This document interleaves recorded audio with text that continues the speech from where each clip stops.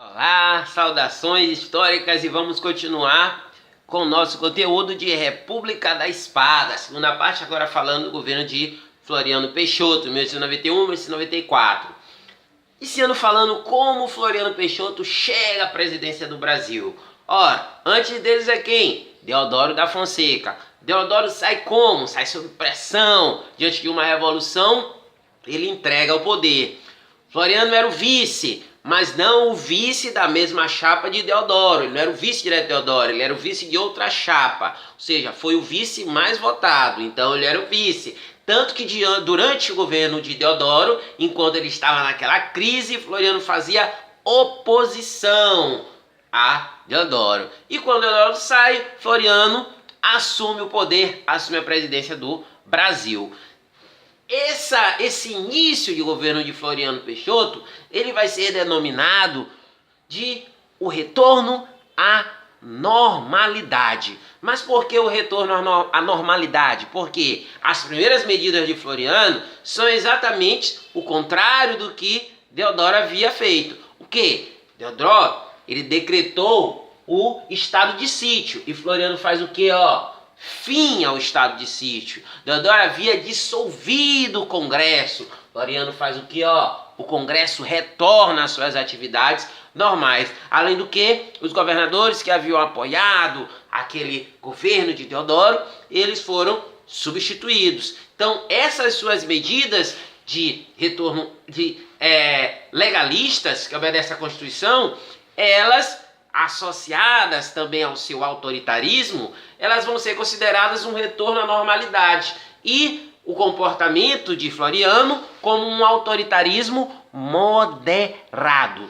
Ele consegue, com isso, arregimentar as agremiações políticas mais fortes, as ideias políticas mais fortes que estavam no Brasil no início da República, a saber, republicanos positivistas, republicanos liberais e republicanos jacobinos. Esses três que viviam se degladiando, essas três ideias de república no Brasil, seus seguidores, os idealistas, eles são arregimentados por Floriano Peixoto devido a essa sua política autoritária mais legalista, chamado autoritarismo moderado. Isso é chamado de o retorno à normalidade. Entre outras medidas de Floriano Peixoto são as chamadas medidas paternalistas. O que são medidas paternalistas? O que são as medidas paternalistas?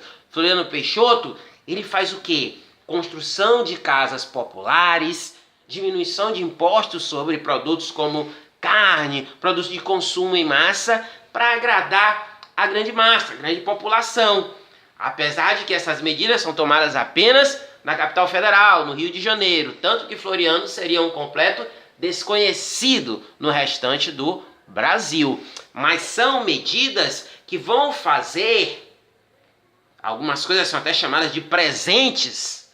A população se acostuma a receber presentes dos políticos e isso a nossa historiografia vai chamar de paternalismo combinado à sujeição agradecida. Como é que é isso? A população, ela agradece a sua sujeição, é uma sujeição agradecida devido a essas medidas paternalistas. O cara faz lá, toma medidas paternalistas, a população se sujeita a ele e ainda agradece aquelas medidas paternalistas. Isso parece muito com algumas coisas da atualidade, né? Enfim, isso é um novo termo da historiografia brasileira surgida aí na República. Essas medidas paternalistas. Além disso, Floriano estimula a industrialização com diminuição de impostos, incentivo com abertura de crédito para atividade industrial e aumento da tarifa alfandegária para produtos vindos de fora. Produtos importados, industrializados, chegassem no Brasil, seriam taxados a mais para que ficassem mais caros e não concorressem com a indústria, com os produtos da indústria nacional. Floriano também se destaca pela atividade nacionalista nos seus discursos, porque no processo de república ainda havia uma certa descontentamento de alguns estados no exterior, e aí Floriano ele confrontava isso com seus discursos, tentando montar uma ideia de nação unida, forte, viril. Tanto que alguns símbolos nacionais, você sabe, nascem logo no início da nossa república, com as ideias positivistas, ok? Então ele tem esse discurso nacionalista e essas são as primeiras medidas que se destacam lá no início do governo de Floriano Peixoto, que o retorno à normalidade, as medidas paternalistas, o estímulo à industrialização e o nacionalismo. Destacando aqui paternalismo combinado à sujeição agradecida. Então seria um retorno à normalidade e os primeiros anos do governo de Floriano Peixoto, eles são até tranquilos, calmos, mas ele vai enfrentar oposição e revoltas? Sim. E a oposição a Floriano, ela é uma oposição legalista.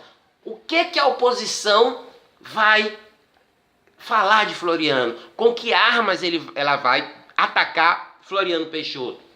Ora, ele vai falar o seguinte: a Constituição que havia sido aprovada em 1891, ela dizia que o vice só poderia assumir se o presidente saísse após 50% do seu mandato, metade do mandato o presidente saísse, o vice assumiria. Mas se ele sair antes disso, deveria ser convocada eleições diretas.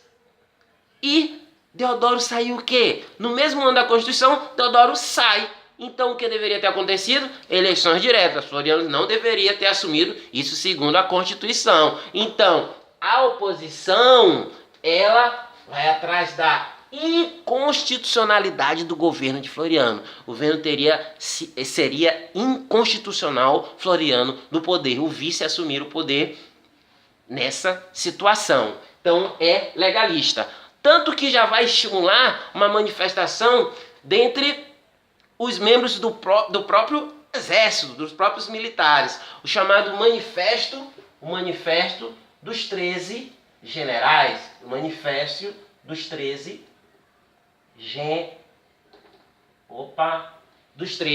Generais. Esse manifesto, 13 generais, fazem uma oposição ferrenha a Floriano Peixoto, mas esse manifesto ele é esmagado, ele é atropelado pelas forças do presidente Floriano Peixoto, pelas forças políticas. Esses generais são afastados até dos seus cargos. Então tem dois movimentos, mas Floriano iria enfrentar um problema ainda mais sério, um problema local, que é a chamada Revolução Federalista. Agora comigo, atenção, ó, a Revolução Federalista é um movimento localizado, começou no Rio Grande do Sul. Como? Só para a gente entender, aqui ó, no Rio Grande do Sul, o governo do Júlio de Castilhos era o governo positivista, apoiado pelo presidente Floriano Peixoto.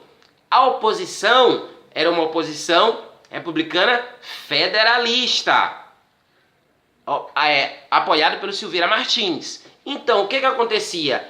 Dentro do Rio Grande do Sul, teve essa disputa pelo poder, teve essa revolução federalista e Floriano Peixoto intervém nessa questão, apoiando Júlio Castilho, apoiando o castilhismo, como ficou conhecido no Rio Grande do Sul, fazendo com que esse conflito saísse do Rio Grande do Sul e se tornasse um conflito de cunho nacional, político nacional.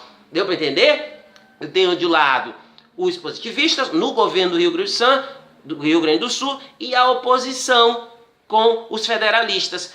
A disputa se dá entre eles dois no Rio Grande do Sul. Como o governo positivista do Rio Grande do Sul era apoiado por Floriano, esse conflito ele toma dimensões nacionais que vão de frente ao governo de Floriano Peixoto. Então a Revolução Federalista do Rio Grande do Sul, que era contra o governo do Rio Grande do Sul, ela observa também em Floriano Peixoto, que era apoio ao governo do Rio Grande do Sul, o inimigo.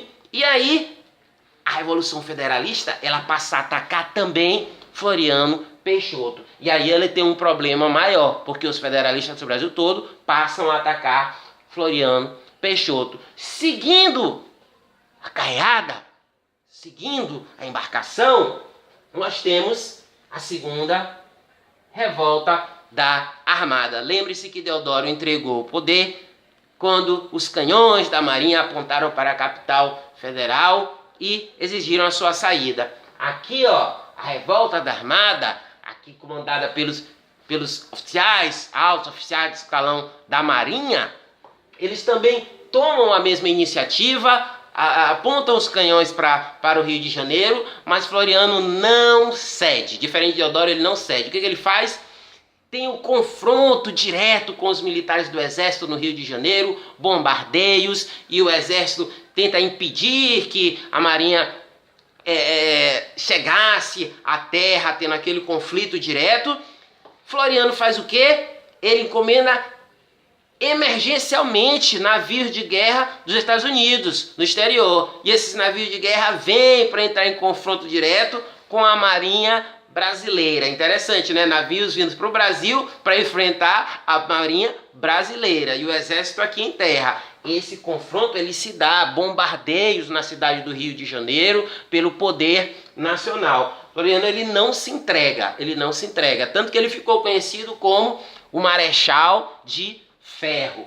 Aqui, esse conflito, o que acontece? A Revolução Federalista, ela chega a se encontrar com a Revolta da Armada, se tornando um só movimento, que vai ali para o Paraná.